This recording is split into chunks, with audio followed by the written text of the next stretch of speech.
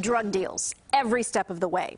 How could this happen on a street that's always under the watchful eye of police, on a street that kids take to school every day? CBS 2 investigator Brad Edwards went to that one block on the west side where he was warned not to go. It's 3 p.m. on a Friday. The silver sedan pulls up looking to score, and does, just that quickly. Seconds to drive up and drug deal. We got a drug deal right here. We got a drug deal right here.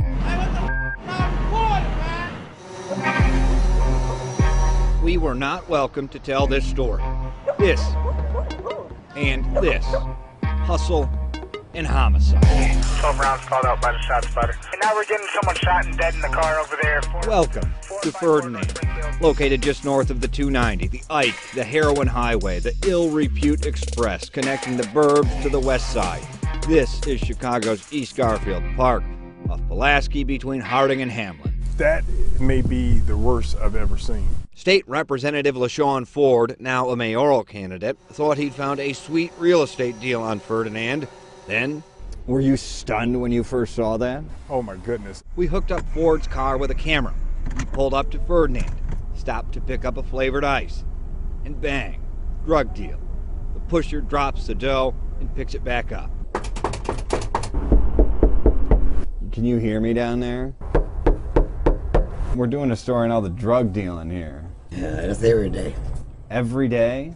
Every day. Can we come into your house for a minute? Smells good in here. You cook? All the time. We spent an hour in a home that smelled like Salisbury steak and cigarettes, perched on a dusty Davenport. You see that? A view to a deal. A spit-shined white BMW SUV pulled up, got served, and a fist bump.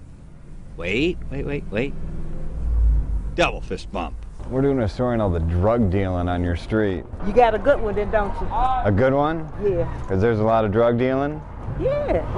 Are you scared of them? Yeah, I'm scared of them. I'm too old to run. Police know what they doing. They got a camera right there. That right there is a working police camera. At the very moment we shot it, there's a drug deal.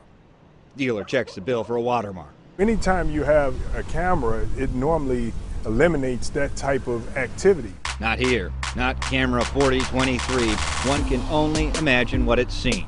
They just drive by and look at them. The police. Yes. And don't do anything. Here, a dealer runs across the street. Deal. Transaction completed. Runs back across Ferdinand. And CPD cruiser.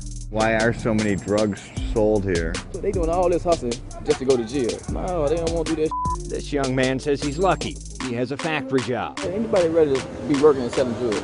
You go to jail for selling drugs. You can't go to jail for working at the factory. Intersecting on Ferdinand, lifelongers, drive-throughers, dope pushers, suburban smack addicts, and children. Lots of children.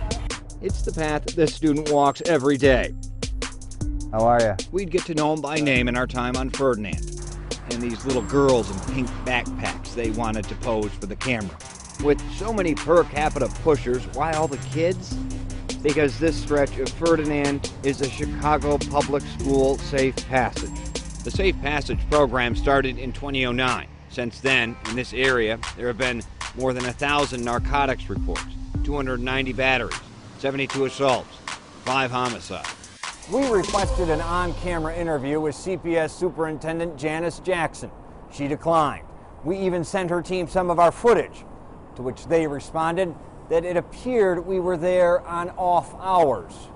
We can definitively say we were there during safe passage hours on a number of occasions when kids were returning home from school.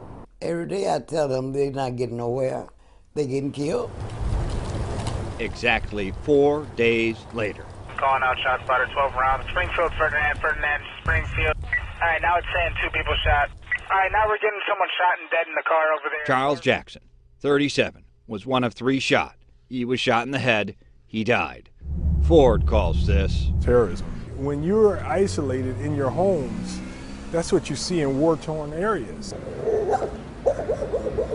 This how they live, man. Never had a mom and daddy.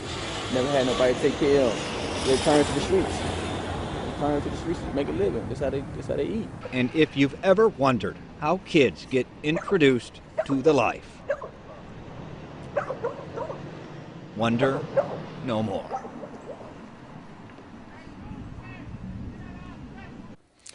His walk home every day.